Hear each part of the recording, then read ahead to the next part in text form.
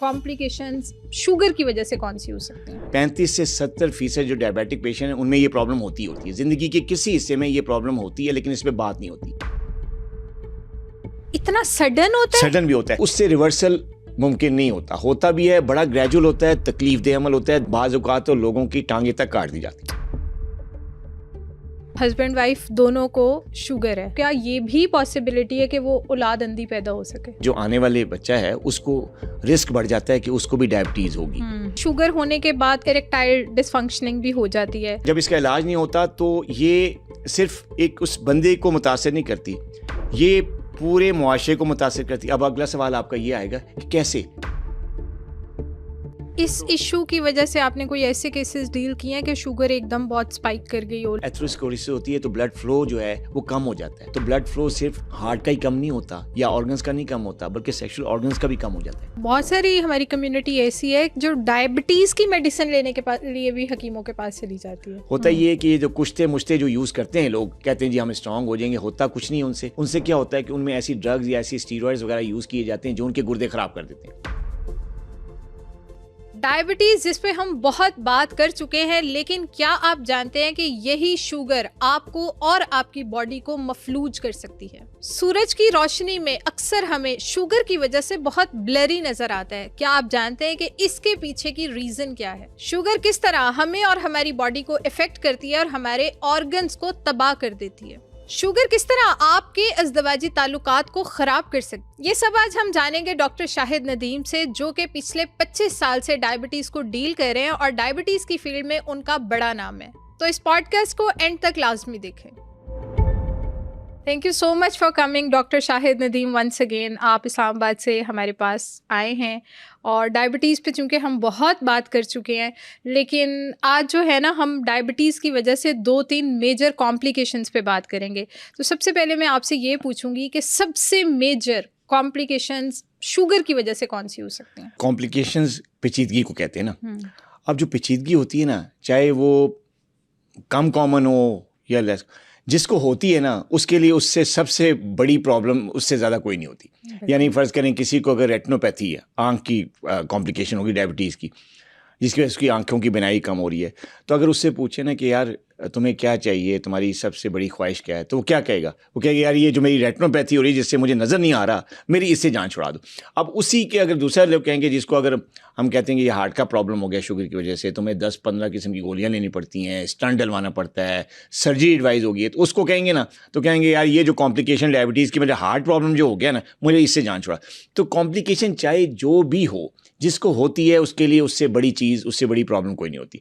अच्छा, जहाँ तक आपने कहा कि सबसे ज़्यादा कॉमन कौन सी है, यही मतलब हुआ कि सबसे ज़्यादा कॉमन जो कॉम्प्लिकेशन है डायबिटीज़ की, वो डायबिटिक नेफ्रोपैथी है, जो कि गुर्दों पे आती है डायबिटीज़ की वजह से, ख़ासतौर पे उन डायबिटिक्स को आती है जिसका शुगर लेवल कंट्रोल नहीं होता। तो अगर शुगर लेवल कंट्रोल नहीं रखते, अपने लाइफस्टाइल का ख्याल नहीं रखते, तो कुछ अरसे बाद उनके गुर्दे में वीकनेस आनी शुरू हो जाती है, जिसकी पहली स्टेज कुछ और होती है, फिर दूसरी, फिर तीसरी, कुछ ऐसी स्टेजेस होती हैं जैसे 4th स्टेज पे अगर गुर्दों की बीमारी आ जाती है, 5th स्टेज पे, तो फिर उससे वापसी नामुमकिन है। तो ये सबसे बड़ी और कॉमन जो प्रॉब्लम है वो नेफ्रोपैथी।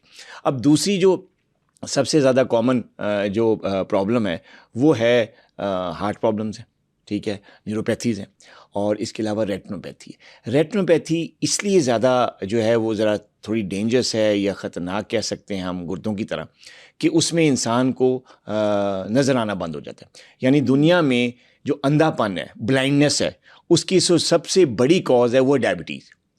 यानी अगर डायबिटीज़ को कंट्रोल कर लें, डायबिटीज़ को अगर थोड़ा सा हम फ्रेम से हटा दें, तो जो अंधा होना है ना, नज़र आना जो बंद होना है, वो ख़त्म हो जाएगा। यानी शुगर की वजह से आपकी आंखों की बिनाई भी जा सकती है? बिनाई भी जा सकती है। और अगर आप देखें ना, अब एक जीता जाता आदमी है, सब कुछ देख रहा है, और एकदम अचानक उसको एक सुबह उठे और उसको अंधेरा ही अंधेरा नजर आए, तो बताएं उस पर क्या होगा? अच्छा, ये इतना सडन होता है? सडन भी होता है। पहले देखिए, यूजली विजन लॉस जो है आहिस्ता आहिस्ता ग्रेजुअल उसको धुंधलापन आता है, धुंधलापन, अगर वो इलाज ना करे, और अक्सर लोग जो आपको पता है ना पाकिस्तान में क्या है कि यार हो गया, ठीक हो जाएगा, खुद ब खुद हो जाएगा, एलर्जी हो गई है, खारिश हो गई है, या ठीक, शुगर को सीरियस नहीं लेते ना। जिस तरह शुगर की बीमारी को लोग, अब मैं कितना बोलता हूँ, ठीक है ना। और मैं इसलिए डायबिटीज़ पे ज़्यादा बात करता हूँ, बार बार कहता हूँ कि लोग इस चीज़ को सीरियस नहीं लेते। सीरियस उस वक्त लेते हैं जब कॉम्प्लिकेशन हो जाए। अब हो जाने का मतलब ये है कि एक दफ़ा अगर एक चीज़ कॉम्प्लिकेशन होगी है, किस पेचीदगी अगर डायबिटीज़ की वजह से होगी, कोई भी है, चाहे वो नेफ्रोपैथी है, रेटिनोपैथी है, गुर्दे हैं, हार्ट है, आँख है, न्यूरोपैथी, तो उससे रिवर्सल मुमकिन नहीं होता। होता भी है, बड़ा ग्रेजुअल होता है, तकलीफ दे अमल होता है, दवाइयाँ खानी पड़ती हैं, प्रोसीजर्स करवाने पड़ते हैं, बाज़ औक़ात तो लोगों की टांगें तक काट दी जाती हैं। आपको पता है, मैंने कई दफ़ा जिक्र भी किया। तो अब ये चीज़ वो है, कॉम्प्लिकेशन है, जो अगर एक दफ़ा हो जाए तो फिर ज़रा वापसी मुमकिन नहीं है। लेकिन ज़्यादा बोलने का मकसद क्या है? मकसद ये है कि हो ही ना। अगर एक चीज़ आपको नहीं होगी तो फिर उससे बचाव भी मुमकिन है, आप उससे बच भी सकते हैं, अपनी ज़िंदगी को बेहतर बना सकते हैं, ज़्यादा सेहतमंद लाइफ गुजार सकते हैं। लेकिन अगर एक दफ़ा हो जाए तो फिर वापसी जो है वो बड़ी मुश्किल होती है। बड़ी अच्छा, यहाँ पे मेरे आपसे 2 सवाल हैं। जैसे आपने बताया कि शुगर के बाद अगर किसी भी किस्म की कोई बीमारी आपको और आ जाती है, किसी ऑर्गन पे इफ़ेक्ट हो जाता है, तो वहाँ से वापसी नामुमकिन है। बहुत मुश्किल है। मुमकिन अब देखिए स्टेजेस है ना, हर डिजीज़ की, हर कॉम्प्लिकेशन की स्टेज है। अब जो गुर्दों की बीमारी है, डायबिटिक नेफ्रोपैथी स्टेज 1 है, स्टेज 2 है, वापसी मुमकिन है। स्टेज 3 में भी इवन वापसी मुमकिन है, लेकिन 4 और 5 पे तो नहीं है ना। फिर तो नहीं है, फिर तो आपको डायलिसिस और फिर और चीज़ें। इसी तरह जो हार्ट का प्रॉब्लम है, अगर थोड़ा है तो ठीक है, अदरवाइज़ आपको स्टंट पड़ गए हैं, आपको सर्जरी एडवाइस होगी, फिर वापसी मुमकिन नहीं है। फिर तो आप हार्ट पेशेंट रहेंगे और मरते दम तक रहेंगे और दवाइयाँ बहुत ज़्यादा खानी पड़ेंगी। एक बार अब अंधापन है, अगर एक दफ़ा हो गया तो आपका जो रेटिनल डिटैचमेंट हो जाती है ना, जब आँख का पर्दा अगर वो डिटैच हो गया ड्यू टू डायबिटीज़, रेटिनोपैथी की वजह, वापसी मुमकिन नहीं, फिर आप अंधे ही रहेंगे। ऐसा नहीं है कि अंधापन आपको हो गया है और एकदम फिर आपको खबर मिल जाएगी अब मैं ठीक हो गया हूँ, ऐसा नहीं हो सकता। अच्छा, इसी तरह इरेक्टाइल डिसफंक्शन, मर्दाना कमज़ोरी है, वो बहुत ज़्यादा कॉमन है शुगर की, और मर्दों में होती है ऐसी। अच्छा, ये भी दवा एक दफ़ा हो जाए तो इसको कंट्रोल तो किया जा सकता है, इस पर काबू भी पाया जा सकता है, मुख्तलिफ फैक्टर्स हैं। लेकिन जब जिसको होती है फिर उसको पता होता है कि उसकी क्या क्या चीज़ें फिर उसकी ज़िंदगी मुतासर होना शुरू हो जाती है। इसी तरह न्यूरोपैथी है, इसी तरह जो आपका स्ट्रोक है, फालिज है, अगर एक दफ़ा हो जाए, एक साइड पैरालाइज हो गई तो वो तो बहुत मुश्किल है। वो तो बहुत मुश्किल है। फिजियोथेरेपी कराते रहो सारी उम्र, फिर भी पावर उस तरह नहीं आएगी जिस तरह। तो ये चीज़ें टाइम तक आपके डेथ तक भी आप प्रॉपर ठीक हो ही नहीं पाते। एग्जैक्टली। तो कॉम्प्लिकेशन जो है उससे बचना जो है ना ज़्यादा बेहतर है, बजाय इसके कि आप कॉम्प्लिकेशन आपको हो जाए और फिर आप ढूंढते फिरें कि आप जी मुझे इलाज बताएं या मुझे इससे रिवर्सल बताएं, तो ऐसा बहुत मुश्किल है। अच्छा, जैसे ये शुगर है, ये इटसेल्फ इतनी बड़ी चीज़ है कि इसकी वजह से आपकी पूरी बॉडी खतरे में और हमें पता नहीं होता और हम इस चीज़ को सीरियस नहीं ले रहे होते।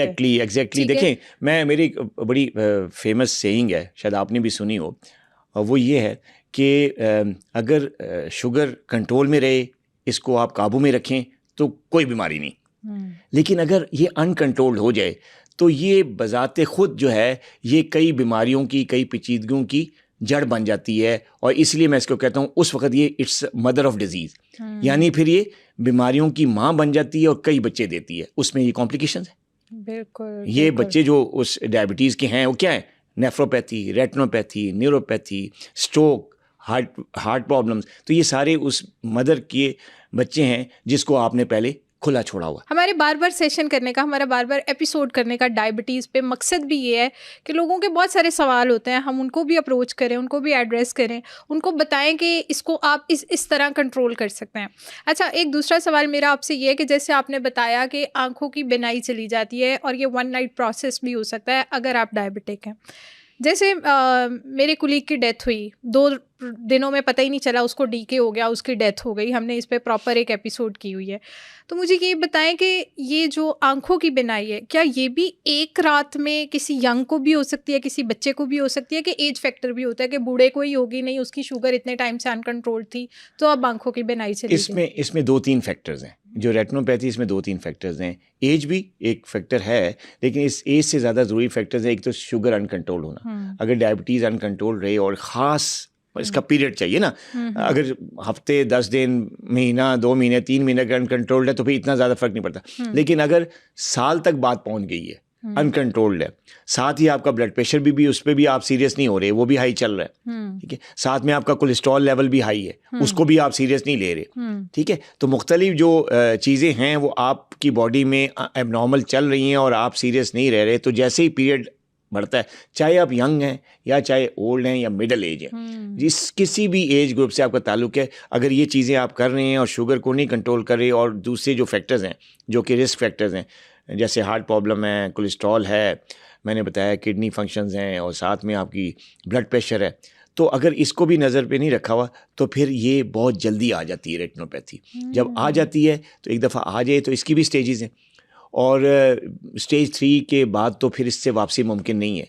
और जब आपको स्टेज 3 की रेटिनोपैथी है फिर भी आप इलाज नहीं करा रहे, तो हो सकता है कि एक रात ऐसी है जो कि बड़े आराम से आप सोएं, धुंधलापन तो आपको लग जाता है।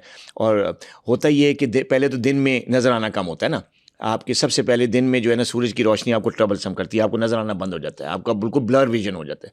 उस पर भी अगर आप डॉक्टर के पास नहीं जाते, इलाज नहीं करवाते, फिर आहिस्ता आहिस्ता आपको रात में भी दिखने का प्रॉब्लम हो जाता है, वो भी नहीं आप करवाते, उस पर भी नहीं जाते, तो फिर तो वन नाइट स्टोरी बन जाती ना, एक दिन उठेंगे और रेटिनल डिटैचमेंट हुई होगी और अंधापन होगा। हस्बैंड वाइफ दोनों को शुगर है, दोनों डायबिटिक पेशेंट है और दोनों अपनी शुगर का ख्याल नहीं रखते, मीठा खाने से बाज नहीं आते, स्ट्रेस बहुत ज़्यादा लेते हैं और डायबिटीज़ उनकी अनकंट्रोल्ड है, और उनके यहाँ अगर औलाद होती है तो क्या ये भी पॉसिबिलिटी है कि वो औलाद अंधी पैदा हो सके? कॉम्प्लिकेशन जो है ना, ये अंधापन, ये तो डायबिटीज़ होने के बाद है। उसमें जो औलाद अगर किसी किस्म का, तो वो तो कुछ ऐसी आंखों की बीमारी है जो कंजेनिटल आई डिजीज़ कहते हैं ना उनको, वो जो कंजेनिटल आई डिजीज़ हैं वो तो उसकी वजह कुछ और है, उसमें डायबिटीज़ नहीं है। यानी डायबिटीज़ अगर दोनों मियाँ बीवी को है तो औलाद तक कोई नुकसान नहीं जाता? औलाद को शुगर हो सकती है। औलाद जो आने वाले बच्चा है उसको रिस्क बढ़ जाता है कि उसको भी डायबिटीज़ होगी। कब होगी, किस एज में होगी, अल्लाह जानता है, लेकिन रिस्क बढ़ जाता है, रिस्क बढ़ जाता है। जब उसको डायबिटीज़ होगी तो फिर जब उसने कंट्रोल ना की तो फिर उसको नाइट ब्लाइंडनेस और ये ब्लाइंडनेस और रेटिनोपैथी और सारी चीज़ें होंगी, उसके साथ भी होंगी, लेकिन उसको डायबिटीज़ होने के बाद होंगी, पैदाइश के वक्त नहीं होंगी। अच्छा, जैसे आपने बात की कि इरेक्टाइल डिसफंक्शनिंग भी हो जाती है, तो ये शुगर होने के बाद कितने % चांसेस होती है कि मर्दों में इस तरह का प्रॉब्लम आए? देखिए, इसमें ना ये जो कॉम्प्लिकेशन है मर्दाना कमज़ोरी वाला, ये बहुत ज़्यादा कॉमन है, लेकिन इसके साथ एक स्टिग्मा है, ठीक है ना। अब कई लोग बात ये करते हुए हिचकिचाते, पेशेंट्स वो कहते हैं कि यार अगर मैं बात करूँगा तो ये जो है ना बड़ी मेरी मर्दानगी पे कोई एम्बेरसमेंट होगी, मेरी मर्दानगी पे कोई हर्फ आएगा, या मेरा लोग मजाक उड़ाएंगे, या इट गोज़ थोड़ा सा ये मतलब अखलाक से गिरी हुई बात हो जाएगी। ऐसा नहीं है। देखें, आप जब आप शुगर की बात करते हैं, आप गुर्दों की बात करते हैं कि कॉम्प्लिकेशन होगी, न्यूरोपैथी की बात करते हैं, हार्ट प्रॉब्लम की बात करते हैं, फालिज की बात करते हैं, रेटिनोपैथी की हमने बात की, सारी कॉम्प्लिकेशन में हम कई दफ़ा बात भी कर चुके हैं, मैं हर दफ़ा बात। तो why not ED, erectile dysfunction, क्यों, क्या वजह है?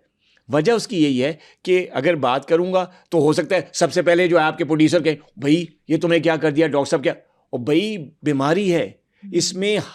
अच्छा, रिसर्च बेस्ड बात करूँ, मेरी अपनी ज़ाती रिसर्च है इस पे, उसके अलावा जो इंटरनेशनल लेवल पे जो रिसर्च है जो है डायबिटीज़ पे हो रही है, और ख़ासतौर पे इस कॉम्प्लिकेशन पे, ईडी पे, इरेक्टाइल डिसफंक्शन पे, 35 से 70% जो डायबिटिक पेशेंट हैं उनमें ये प्रॉब्लम होती है। ज़िंदगी के किसी हिस्से में ये प्रॉब्लम होती है, लेकिन इस पर बात नहीं होती। आप खुद बताइए कि अगर एक पेशेंट की ये कॉम्प्लिकेशन इतनी कॉमन है, नेफ्रोपैथी भी बात हो रही है, न्यूरोपैथी भी बात हो रही है, स्ट्रोक भी बात हो रही है, हार्ट प्रॉब्लम भी बात हो रही है, रेटिनोपैथी, सारी कॉम्प्लिकेशन बात हो रही है, लेकिन जो इतनी ज़्यादा कॉमन है 70% उस पर बात नहीं हो रही, क्योंकि एक स्टिग्मा है। तो अच्छा, अब ये अगर बात नहीं हो रही, एजुकेशन नहीं मिल रही लोगों को, तो हो क्या रहा है? इसका इलाज नहीं हो रहा प्रॉपर, इसको मैनेजमेंट नहीं मिल रही। अच्छा, जब इसका इलाज नहीं होता तो ये सिर्फ एक उस बंदे को मुतासर नहीं करती, ये पूरे मुआशरे को मुतासर करती। अब अगला सवाल आपका ये आएगा कि कैसे, सोसाइटी को कैसे, एक बंदे को वीकनेस हुई, उसकी अज़दवाजी ज़िंदगी मुतासर हुई, हस्बैंड वाइफ जो हैं वो अलग हुए, डाइवोर्स तक बात पहुंची, कई केसेस मेरे पास आते हैं अभी तक, और मुझे ना सिर्फ उनके इस केसेस को देखना पड़ता है, मुझे उनके सोशल मामलात को ठीक करना पड़ता है, काउंसलिंग करके, ठीक है ना। और मतलब, और मेरी प्रैक्टिस में बहुत बड़ा टाइम इन मामलात में लग जाता है, ठीक है। और लोग कह रहे होते हैं डॉक्टर साहब इतना टाइम लगाते हैं, मैंने क्या करूं यार, ज़िंदगी तबाह हो रही है, बच्चों की ज़िंदगी तबाह हो रही है जो औलाद है, ठीक है, और सोसाइटी में एक शर फैल रहा है, ठीक है नहीं। अब वो अब ये चीज़ें कितनी ज़्यादा कॉम्प्लिकेशन अब सोसाइटी में प्रोड्यूस हो रही है इसकी कि आपको मैंने इशारा तो दे दिया, यानी ये आपकी इंस्पिरेशन भी रही है, आपने जो प्रोडक्ट लॉन्च किया है अभी रिसेंटली, तो वो यही इंस्पिरेशन थी कि आपने बहुत सारे लोगों को डील किया, बहुत सारे लोगों के मसाइल डील किए हैं डायबिटीज़ की वजह से। और मैंने कई मतलब सालों की रिसर्च बेस्ड मेरा एक ब्रांड है जो कि आ चुका है, उसका नाम है सेहत नेचुरल्स। उसके वो one of the first brand है पूरी दुनिया का, पहला डायबिटिक सप्लीमेंट फूड ब्रांड है जो कि किसी डॉक्टर ने लॉन्च किया है। और ये सिर्फ मैंने लॉन्च नहीं किया, इसके पीछे मेरी सालों की मेहनत है और यही एक्सपीरियंस मैंने बताया ना, ये जो कॉम्प्लिकेशन। अब बात करें इरेक्टाइल डिस्फंक्शन की, तो इसी ब्रांड के अंडर मेरे एक रिसर्च प्रोजेक्ट है मैन पावर प्लस।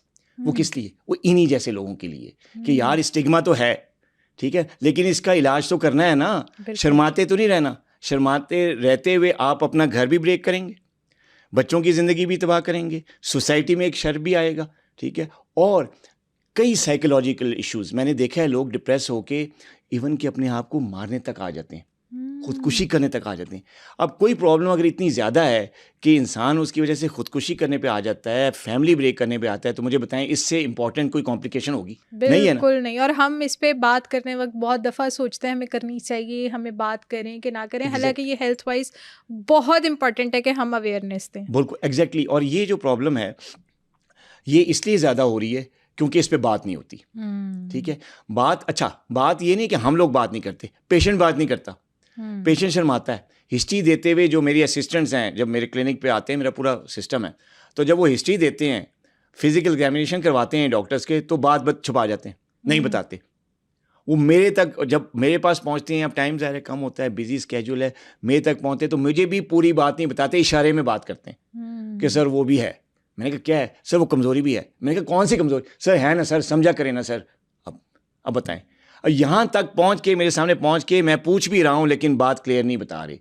अब इसमें भी स्टेजेस हैं, जो ये मर्दाना कमज़ोरी है, इरेक्टाइल डिस्फंक्शन है, इसमें मुख्तलिफ स्टेजेस हैं, किस लेवल की है, किस हद की है, ये सिविरिटी जो है इस पर हम डायग्नोज करते हैं हिस्ट्री पे ही, फिर आगे टेस्ट होते हैं ना। पहले अब हिस्ट्री नहीं बता रहे तो फिर टेस्ट क्या होंगे, कैसे हम देखेंगे, फिर कैसे मैनेजमेंट होगी। तो ये चीज़ है। और ये स्कोप जो है ना, मैं तो अपने प्लेटफॉर्म पे बात भी करता रहता हूँ, मेरे पेज पे भी और सोशल मीडिया प्लेटफॉर्म्स पे भी, लेकिन अभी एजुकेशन की बहुत ज़रूरी है। ख़ासतौर पे ये जो कॉम्प्लिकेशन है, इससे जो है एक तो जो हमारे जो मर्द हज़रात जो डायबिटिक है उनकी ज़िंदगी बड़ी ख़राब हो रही है, प्लस एंजाइटी, डिप्रेशन जो है ये बहुत ज़्यादा कॉमन हो रहा है। इसकी वजह से डायबिटीज़ भी कंट्रोल नहीं रहती। जब इतना स्ट्रेस लेंगे तो वो फिर डायबिटीज़ कैसे कंट्रोल होगी? ये जो स्ट्रेस का बायस, ये जो फैक्टर है, उसकी वजह से डायबिटीज़ भी कंट्रोल नहीं होती। हम दवाइयाँ दे के थक गए, पता चला देख के यार क्यों, क्या हो रहा है, क्या हो रहा है, पता चला मसला ये, उसकी वजह से स्ट्रेस हो रहा है।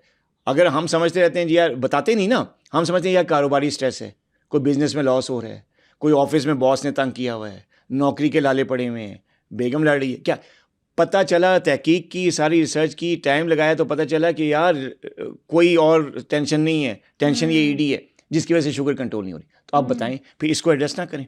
अच्छा, इस इशू की वजह से आपने कोई ऐसे केसेस डील किए हैं कि शुगर एकदम बहुत स्पाइक कर गई हो, लाइक 400-500 पे चली गई हो, और फिर वहाँ से आप उन्हें वापस लेकर आए? बहुत ज़्यादा डील किए हैं, लेकिन पहले क्या करना पड़ता है, पहले लोगों को गुलवाना पड़ता है हमें। मेरा बहुत टाइम लग जाता है। केसेस डील तो किए हैं, लेकिन इन केसेस ने मेरा टाइम बहुत लिया है। और इसमें यह कि एक तो आपको हिस्ट्री, फिर डिटेल एग्जामिनेशन डिफरेंट होता है, इसके डिफरेंट टेस्ट होते हैं, क्योंकि इसमें कुछ हार्मोन्स भी इन्वॉल्व होते हैं, थोड़े सोशल फैक्टर्स भी होते हैं, स्ट्रेस और डिप्रेशन भी होता है, प्लस इसमें वैस्कुलर डैमेज हो रहा होता है, इसमें नर्व डैमेज हो रहा है, जिसकी कॉजेज़ हैं डायबिटिक्स में। तो ये मुख्तलिफ कॉजेज़ हैं इसके जो हो रहे होते हैं, उन सब को एड्रेस करना होता है। डैमेज और वैस्कुलर डैमेज हो रहा होता है, तो इससे उनको और क्या नुकसान हो रहा होता है? फिर ये कमज़ोरी आ रही होती है, इरेक्टाइल डिस्फंक्शन। उसके अलावा और नुकसान ये हो रहा होता है कि ये हार्ट प्रॉब्लम बीच में चल रहा होता है, अंडरलाइन। वो इन्हीं से पता चलता है। बाज़ लोगों के हार्ट प्रॉब्लम डायग्नोज नहीं होता, ये प्रॉब्लम आती ईडी की, तो इसी से रिलेटेड जो टेस्ट हमने करवाए तो पता चला कि यार ये तो हार्ट प्रॉब्लम भी कर रहा है, क्योंकि वैस्कुलर डैमेज हो रहा है ना। तो वैस्कुलर डैमेज हार्ट में भी हो रहा है ना, खैर इसी एरिया में हो रहा है, हार्ट में भी हो रहा है, तो वो Leeds into ischaemic heart disease. फिर उनका हार्ट का भी प्रॉब्लम डायग्नोज होता है, फिर उनका एको कराएं, डिफरेंट टेस्ट कराएं, तो पता चला कि जी हार्ट की मेडिकेशन भी शुरू हो गई हैं, इसकी भी शुरू होगी। तो ये चीज़ है। तो अगर टाइमली इसको डायग्नोज कर लिया जाए, इसको टाइमली मैनेज कर लिया जाए, तो इस चीज़ से हमारे जो मर्द हजरात हैं डायबिटिक, उनकी जान छुड़ाई जा सकती है। किन डायबिटीज़ के पेशेंट्स में इस तरह के कॉम्प्लिकेशंस आते हैं, लाइक कंट्रोल नहीं करते, या कि बहुत टाइम टेकिंग अगर वो उन चीज़ों को लेके चल रहे होता है, डायबिटीज़ 4-5 सालों से है और वो बिल्कुल मीठा वगैरह नहीं खाना छोड़े, तो तब जाके ये कॉम्प्लिकेशंस कॉजेज़ आते पूछिए हैं। आपकी, इसकी कॉजेज़ क्या पूछ कॉजेज़ रहे हैं, जी, डायबिटिक जी, पेशेंट में। बिल्कुल। देखिए इसकी ना 2-3 कॉजेज़ हैं डायबिटिक के हवाले से। एक तो जो है ना इसमें कुछ हार्मोन्स इन्वॉल्व होते हैं, और हार्मोन्स जो हैं उसमें 2-3 बड़े हार्मोन्स आपने सुना होगा, टेस्टोस्टेरोन है, प्रोलैक्टिन है और थायराइड है। तो ये 3 हार्मोनल इम्बैलेंसेस हैं जो कि अनकंट्रोल्ड डायबिटीज़ की वजह से हो जाते हैं बॉडी में, हर मर्द में होते हैं। ठीक है। अच्छा, किसी में अगर ज़्यादा होते हैं तो इनके लेवल्स हार्मोन्स के इम्बैलेंस हो जाते हैं, उनमें फिर ये प्रॉब्लम आ जाती है। इसके अलावा जब डायबिटीज़ अनकंट्रोल नहीं होगी तो it will lead into inflammation, body में इन्फ्लेमेशन होती है। जो इन्फ्लेमेशन होती है सिर्फ बॉडी में भी नहीं होती बल्कि ब्लड वेसल्स तक जाती है। तो जो ब्लड वेसल्स हैं, खून की शरियानें हैं, जो उनकी दीवारें हैं, वॉल्स हैं, वो डैमेज होना शुरू हो जाती है। एक प्रोसेस सुना होगा आपने, एथेरोस्क्लेरोसिस। फिर वेसल्स में एथेरोस्क्लेरोसिस होती है। जब एथेरोस्क्लेरोसिस होती है तो ब्लड फ्लो जो है वो कम हो जाता है। तो ब्लड फ्लो सिर्फ हार्ट का ही कम नहीं होता या ऑर्गन्स का नहीं कम होता, बल्कि सेक्सुअल ऑर्गन्स का भी कम हो जाता है। तो उन हज़ात में फिर इस किस्म के इरेक्टाइल डिसफंक्शन आते हैं। तो ये एक फंक्शन, प्लस हार्मोनल इफेक्ट के अलावा कुछ ऐसी ड्रग्स हैं, कुछ ऐसी मेडिसिन हैं जो कि ये प्रॉब्लम करती हैं, और डायबिटीज़ में अगर ये मेडिसिन ली जाएं तो उनको ज़्यादा जल्दी ये इरेक्टाइल डिसफंक्शन होना शुरू हो जाता है। जैसे कुछ बीटा ब्लॉकर्स एक ख़ास दवाइयाँ हैं वो ये करती हैं।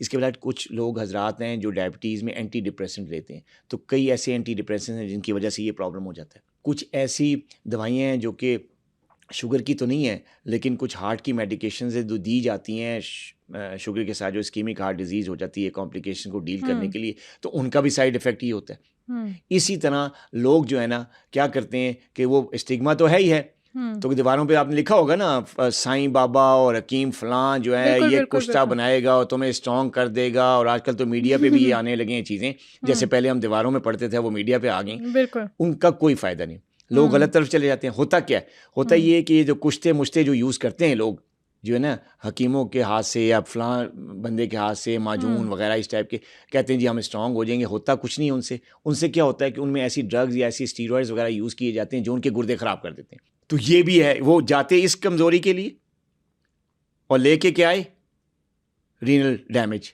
Kidney problem, renal failure. आप देख रहे हैं, बिल्कुल बिल्कुल, क्योंकि इस पर बात तो की नहीं डॉक्टर से, छुप छुपा के दीवारों पे पढ़ के चले गए, इश्तिहार देख के चले गए और ये ले आए।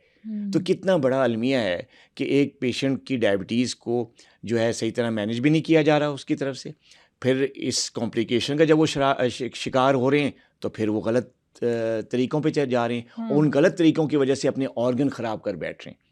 तो ये बहुत बड़ी प्रॉब्लम है जो आजकल देखी जा रही है, और मेरे पास तो बहुत ज़्यादा केसेस आ रहे हैं इस तरह के। बहुत सारी हमारी कम्युनिटी ऐसी है जो डायबिटीज़ की मेडिसिन लेने के लिए भी हकीमों के पास चली जाती है। जी हाँ, इस पे तो बड़ी बात उनके मैं लिए करता आप रहता क्या मैसेज देंगे? देखिए, ये जो डायबिटीज़ की मेडिकेशन मैं तो अक्सर कहता रहता हूँ, आपने सुना भी होगा कि देखिए डायबिटीज़ की मैनेजमेंट किसी हकीम, किसी जड़ी बूटी, किसी एक्सरसाइज, किसी डाइट में नहीं है।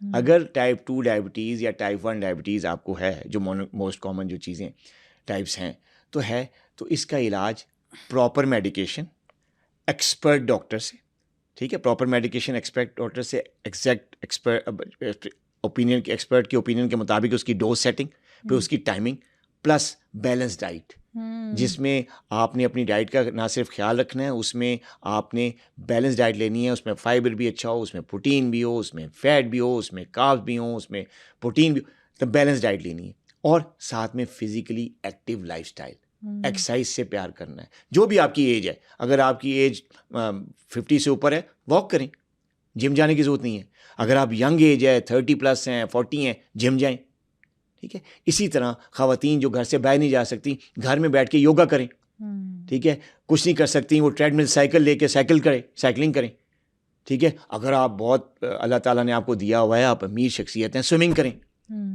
ठीक है ना। तो ये सारी चीज़ें करने से, इस लाइफस्टाइल पे फिर आप जो हैं वो डायबिटीज़ से बच सकते हैं। डायबिटीज क्या किसी- हर बीमारी से बच सकते हर हैं? बीमारी लाइक से बच अगर सकते आपकी फिजिकल एक्टिविटी बहुत अच्छी है तो आप हर बीमारी से दूर रह सकते हो हैं। सकते हैं। और ये वो चीज़ है जो कि आपको कोई जड़ी बूटी नहीं देगी, नहीं देगी। आपको कोई एक एक्सरसाइज नहीं, ये बैलेंस है, हम्म। सब चीज़ों का कॉम्बिनेशन है। ये नहीं है कि एक कोई जड़ी बूटी आप लेके तो आपका शुगर खत्म हो, ऐसी नहीं। और शुगर खत्म नहीं होती, आपको पता ही, इट्स कंट्रोलेबल। ये क्रॉनिक डिजीज़ है, क्रॉनिक प्रोग्रेसिव डिजीज़ है, और इसको ख़त्म नहीं किया जा सकता। हाँ, जो टेस्ट हैं उनको रिवर्स किया जा सकता है, जैसे HbA1c है, फास्टिंग है, रैंडम है, ये टेस्ट रिवर्स हो सकते हैं, ये नॉर्मल हो सकते हैं। लेकिन अगर ये कहें कि कोई चीज़ खाकर आप बिल्कुल आपकी डायबिटीज़ ख़त्म हो जाएगी, आप नॉर्मल बंदे की तरह खाएं पिएंगे, आपकी शुगर हाई नहीं होगी, तो ऐसा नहीं हो सकता। अच्छा, यहाँ पे मैं अपना एक पर्सनल केस भी डिस्कस करना चाहूँगी कि जी, मैं जी। आपके पास लेकर भी आई थी मेरे मामू को। वो प्री डायबिटिक डायग्नोज हुए थे, लेकिन उन्हें डायबिटिक जो मेडिसिन है वो लगा दी गई थी, ठीक है। तो उन्होंने मुझसे, मैं उनके घर गई थी, उन्होंने मुझसे डिस्कस किया कि मुझे तो डायबिटीज़ हो गई है। मैंने कहा अच्छा, आपको तो पहले नहीं थी? तो उन्होंने कहा कि नहीं, वो भी मैं प्री डायबिटिक था, लेकिन मुझे शुगर की मेडिसिन दे दी है। तो मैंने कहा ये तो अगर आप लेना, क्योंकि अब आपसे माशाल्लाह एपिसोड्स कर करके इतना तो मुझे भी आइडिया हो गया। मैंने कहा अगर आप डायबिटिक नहीं है तो आप शुगर की मेडिसिन क्यों ले रहे हैं? तो हम शायद इसको कंट्रोल कर सकते हैं। तो आपसे सवाल करने का मकसद ये है कि हम लोग डॉक्टर्स के पास जाते हैं, हम उन पे बहुत ज़्यादा रिलाई करते हैं, और वो जो भी मेडिकेशन हमें देते हैं ना, हम बगैर सोचे समझे वो ले लेते हैं। तो व्हाट डू यू थिंक कि 2 ओपिनियंस या 3 ओपिनियंस लेना बहुत ज़रूरी होता है आपको कोई किसी भी किस्म की दवाई शुरू करने से पहले? डायबिटीज़ के भी एक्सपर्ट्स होते हैं ना, जैसे मैं हूँ, ठीक है ना। बिल्कुल। अब हर डॉक्टर की अपनी स्पेशलिटी होती है, उसकी अपनी फील्ड होती है ना। तो हर कोई हर स्पेशलिटी का, मैं तो अब कार्डियोलॉजिस्ट नहीं बन सकता ना, नहीं बन मैं कहूँ जी आई सकते। एम द कार्डियोलॉजिस्ट और मैं कार्डियोलॉजी, हालांकि मैंने पढ़ा हुआ है, कार्डियोलॉजी भी पढ़ी हुई है, मेरी बिल्कुल। फील्ड है, लेकिन इसकी मेरी तो फील्ड, मेरी स्पेशलिटी डायबिटीज़ है, डायबिटीज ठीक है है, ना। तो बिल्कुल। अगर मैं कहूँ कि जी मैं कार्डियोलॉजिस्ट बन गया हूँ या मैं सर्जन बन गया, तो ये गलत बात है। तो हर एक का अपनी डोमेन है, हर डॉक्टर की। तो आप एक्सपर्ट स्पेशलिटी के पास जाएं। अगर आपको शुगर के लिए जाना है, आपको हार्ट के लिए जाना है, तो कार्डियोलॉजिस्ट के पास जाएं। आपको को न्यूरोलॉजी का प्रॉब्लम है तो आप न्यूरोलॉजिस्ट के पास जाएं। लेकिन ये तो नहीं है ना कि आप एक स्पेशलिटी को दूसरे से मिलाएंगे, तो फिर हो सकता है यहाँ पे गलत फिर वो आ जाती है ना। अपडेटेड ट्रीटमेंट नहीं होती उनके पास, वो दे तो देते हैं मेडिसिन। अब वो प्री डायबिटीज़ थी, उसमें तो लाइफस्टाइल पे आना चाहिए था, डाइट पे आना चाहिए था, एक्सरसाइज पे आना चाहिए था, वजन कम करने पे आना चाहिए था, तो उन्होंने शुगर की दवाई दी। तो यहाँ पे गलती हो जाती है। वो कितनी नुकसानदेह हो सकती थी उनके लिए? देखिए, उसमें नुकसान तो कई तरह का हो सकता है। उसमें एक तो शुगर लेवल ड्रॉप होता है, हाइपोग्लाइसीमिया हो सकता है, बंदा बेहोशी में जा सकता है, उसकी मेमोरी जो डिस्टर्ब हो सकती है। और अगर प्री डायबिटिक्स को एक स्ट्रॉन्ग किस्म की एंटी डायबिटिक मेडिकेशन दे दी जाए और जो है वो उसका हाइपोग्लाइसीमिया करे, तो उससे मेमोरी डिस्टर्ब हो सकता है। उसको अर्ली जो है वो पार्किंसन डिजीज़ हो सकती है, मेमोरी में जो डिमेंशिया हो सकता है उसको। इसके अलावा उसका पैनक्रियास जो है वो खाली हो सकता है।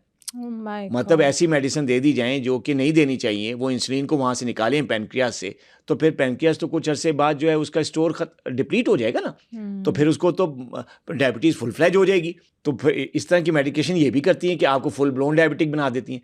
तो कहने का मकसद ये है कि एक्सपर्ट के पास जाएं, प्रॉपर ट्रीटमेंट लें, और जो प्री डायबिटीज़ होती है, जैसे आपके जानने वालों को थी, तो उसमें जो है वो लाइफस्टाइल को बेहतर करना होता है, वेट को कम करना होता है, डाइट को बैलेंस बनाना होता है, फिजिकली एक्टिविटी करनी होती है, एक्सरसाइज करना होता है, ग्राउंड से दोस्ती करनी होती है, फिर ये ठीक हो जाती है। इसमें कोई मेडिकेशन की जरूरत नहीं है। लेकिन अगर आप नहीं करेंगे ये चीज़, तो कुछ अरसे बाद आप टाइप 2 डायबिटिक बन जाएंगे। जब आप टाइप 2 डायबिटिक बनते हैं, फिर तो मेडिकेशन आना ही आना है आपकी ज़िंदगी में, फिर तो आप ये नहीं बच सकते, इससे नहीं बच सकते। एक और चीज़ बताएं कि फैटी लिवर, कोलेस्ट्रॉल, क्या ये भी कॉम्प्लिकेशंस बनती हैं डायबिटीज़ के बाद? बहुत ज़्यादा, ख़ास तौर पे जिन डायबिटिक्स का जो है शुगर लेवल कंट्रोल नहीं होता। मैं आपको एक सीधा सा फॉर्मूला बताता हूँ। जो भी हम खाना खाते हैं ना, जो भी हम खा रहे हैं, चाहे वो प्रोटीन है, चाहे वो फैट है, चाहे वो कार्ब्स हैं, फ्रूट्स हैं, सब्जियां हैं, अंडे हैं, गोश्त, जो भी हम खाते हैं, हम उनको जो डाइजेस्ट होके जो हमारी बॉडी में जो बनता है, जो एंड रिजल्ट, वो क्या होता है? ग्लूकोज। जब ग्लूकोज बॉडी में बनता है, उसके लेवल्स होते हैं डायबिटिक्स में, वो हाई हो जाता है। नॉर्मल बंदों में वो नॉर्मल रहते हैं। लेकिन जब डायबिटिक पेशेंट को या किसी भी आम आदमी को जब ग्लूकोज उसकी बॉडी में जाता है और वो बढ़ता ही रहता है, तो क्या होता है कि जो बॉडी ने जितना यूज़ करना होता है, कैसे यूज़ करती है बॉडी के ग्लूकोज, सेल के अंदर चला जाता है इंसुलिन के एक्शन की वजह से। जब वो सेल के अंदर चला जाता है, तो सेल की जो एनर्जी की रिक्वायरमेंट है वो पूरी हो जाती है। अच्छा, सेल का पेट भर जाता है, लेकिन उसके बाद भी अगर ये ग्लूकोज बढ़ता रहे आपकी रिक्वायरमेंट पूरी करने के बावजूद, तो वो ग्लूकोज कहाँ जाएगा? वो ब्लड से जाएगा, वो लिवर ले लेता है उसको। लिवर क्या करता है, उसको जो है ना ट्राइग्लिसराइड में चेंज कर देता है। ट्राइग्लिसराइड एक कोलेस्ट्रॉल का टाइप है, एक लिपिड है। अब ट्राइग्लिसराइड जो है वो जाके स्टोर हो जाता है, मसल में स्टोर होता है और पेट पे आ जाता है, जिगर पे आके लगना शुरू हो जाता है।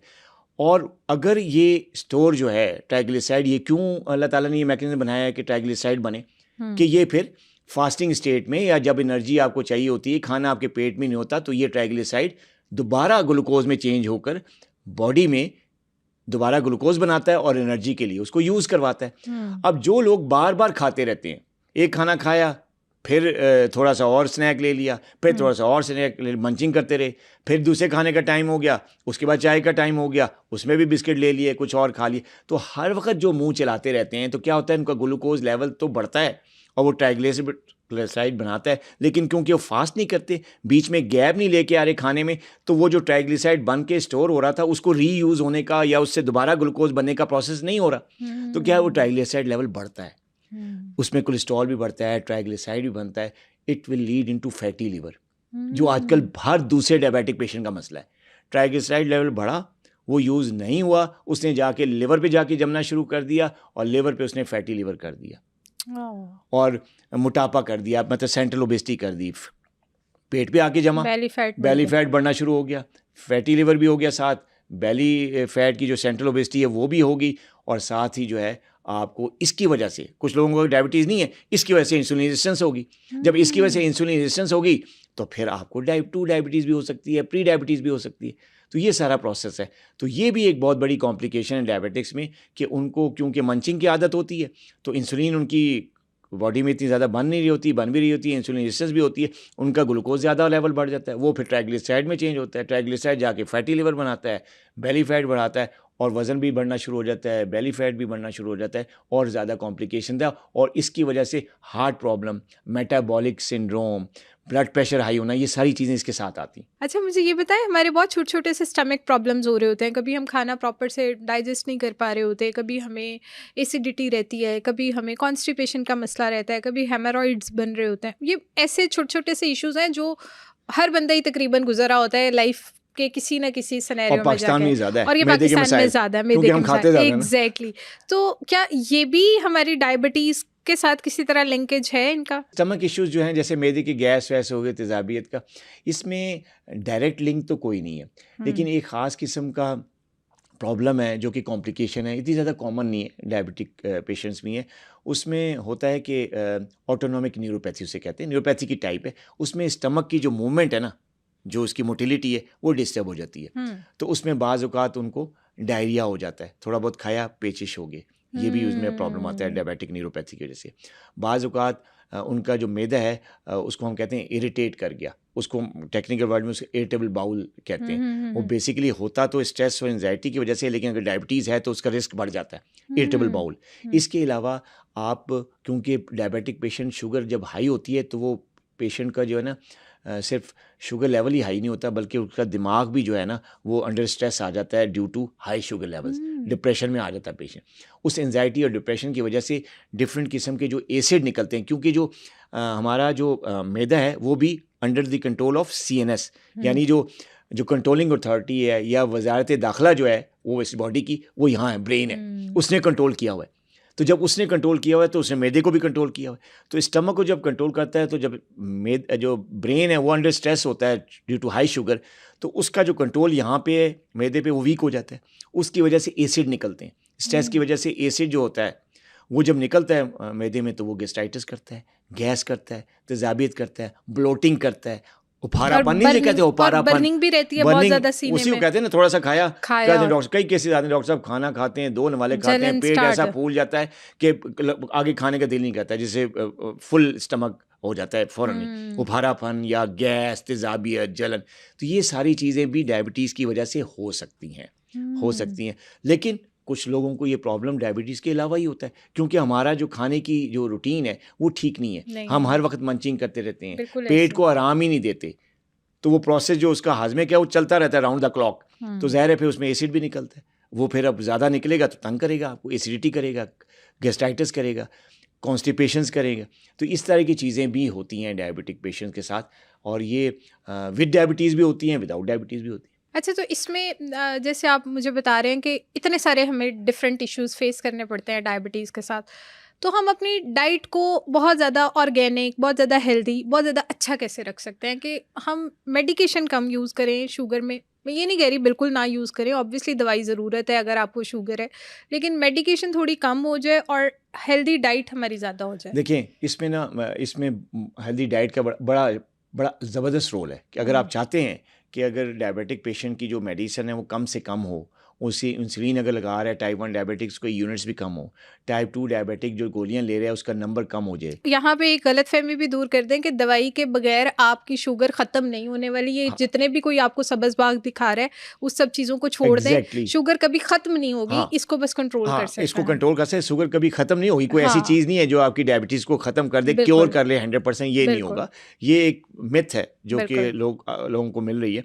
तो डायबिटीज़ की मेडिसिन के नंबर्स कम हो सकते हैं। कोई हुँ, 2 गोलियाँ खा रहा है तो 1 पे आ सकता है, हुँ, कोई 1 खा रहा है तो आधी पे आ सकता है, कोई इंसुलिन लगा रहा है टाइप 2 डायबिटिक, जैसे मेरी हुँ, सेइंग आपको पता ही है कि टाइप 2 बिल्कुल, बिल्कुल, डायबिटीज़ में इंसुलिन का इस्तेमाल मेडिकल गुनाह है, बिल्कुल। ठीक है ना? तो अगर कोई टाइप 2 डायबिटीज़ वाला जो है इंसुलिन लगा रहा है तो वो आए हमारे हुँ, शुगर कंट्रोल प्रोग्राम में, आए, हम उस 2 महीने के अंदर अंदर उसकी इंसुलिन छुड़ा देंगे, हुँ, ठीक है? आप टाइप 1 डायबिटिक हैं, आप आएँ, आपकी इंसुलिन की डोज़ कम हो जाएगी, आपकी मेडिसिन कम हो जाएगी। लेकिन इसका तरीका ये है, कोई जड़ी बूटी नहीं है, इसका तरीका है बैलेंस डाइट। हुँ, बैलेंस डाइट, उसमें बैलेंस डाइट में जो मैं अक्सर बात करता रहता हूँ, आपका जो है ना डायबिटिक पेशेंट की डाइट कैसी होनी चाहिए? आप डायबिटिक पेशेंट का नाश्ता बादशाहों वाला होना चाहिए, उसका जो दोपहर का खाना जो है वो हल्का-फुल्का होना चाहिए, उसमें सैलेड्स होने चाहिए, उसमें फाइबर ज़्यादा होना चाहिए, थोड़ी बहुत प्रोटीन भी होनी चाहिए। खाना जो है वो ऐसा होना चाहिए जिसमें फाइबर ज़्यादा हो, जिसमें थोड़ी प्रोटीन भी हो, जिसमें थोड़ा हेल्दी फैट भी हो, जिसमें नट्स भी हों। तो इस डाइट पे आएँ जिसमें थोड़े से फ्रूट भी हों। तो ये चीज़ें जो है ना आपकी डाइट पे अगर बैलेंस डाइट है, बादशाहों वाला नाश्ता है, हल्का लंच है, सैलेड्स हैं, फाइबर ज़्यादा है, नट्स ज़्यादा हैं, सीड्स हैं, ठीक है? और हेल्दी जो कार्ब्स हैं जैसे होल ग्रेन्स हैं, ओट्स हैं, अगर ये आपकी डाइट में हैं तो फिर तो आपका जो है दवाई मेरे ख्याल है 1 गोली पे है तो आधी हो जाएगी, 2 गोलियों पे तो 1 हो जाएगी, आप दवाइयाँ कम कर सकते हैं। बिल्कुल और ठीक इसके है। साथ फिज़िकल एक्टिव, फिज़िकल आपको एक्टिविटी। असर के बाद ग्राउंड में आना है। अब हुँ, एज के मुताबिक आप वॉक करते हुए नज़र आएँगे, या एज के मुताबिक आप जिम में डंबलिंग करते हुए नज़र आएँगे, और एज के मुताबिक आप खातून हैं, नहीं जा सकती, योगा करती हुई नज़र आएँगी।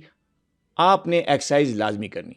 डॉक्टर साहब, हमने बहुत सारी कॉम्प्लिकेशंस पे बात की। हम डायबिटीज़ पे हमेशा बड़ा एक डिटेल्ड एपिसोड करते हैं ताकि इसकी अवेयरनेस ज़्यादा से ज़्यादा हम आवाम तक पहुंचा सकें।